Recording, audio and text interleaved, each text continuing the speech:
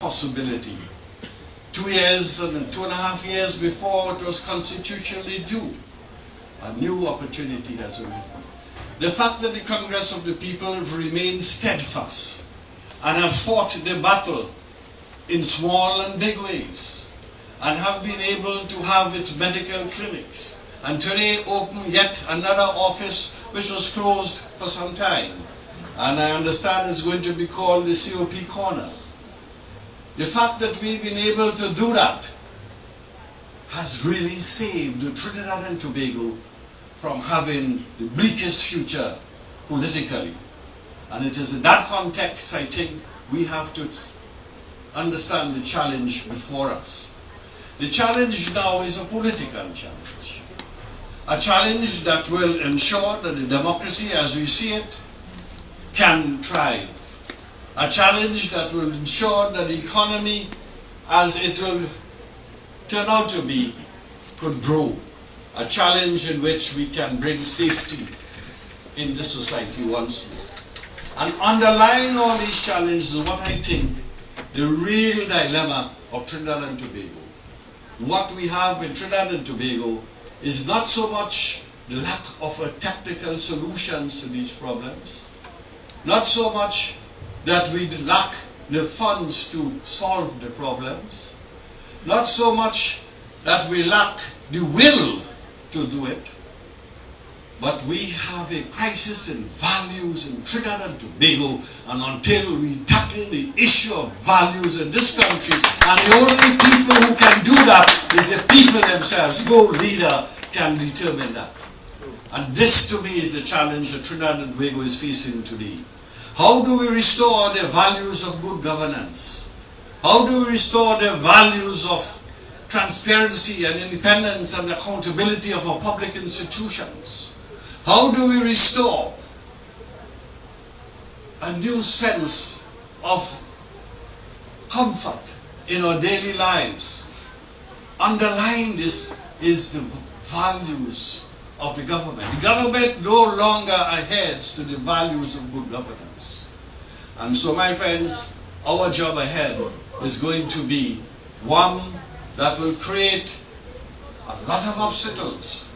But as I said yesterday, I'm not worried about obstacles and turbulence.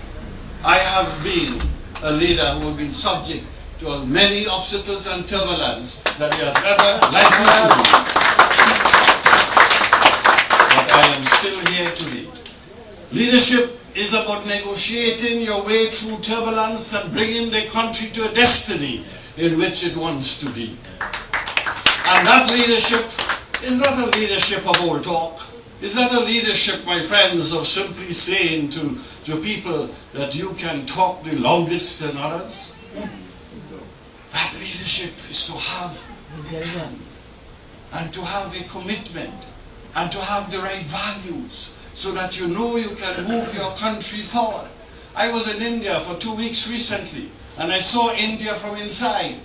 And I saw how India is now progressing.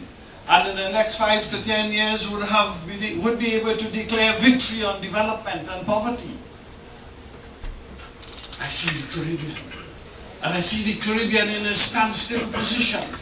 In every Caribbean country, we're in a standstill position. When we have problems, we begin to look to the IMF for solutions. And everybody and all the leaders don't know what to do.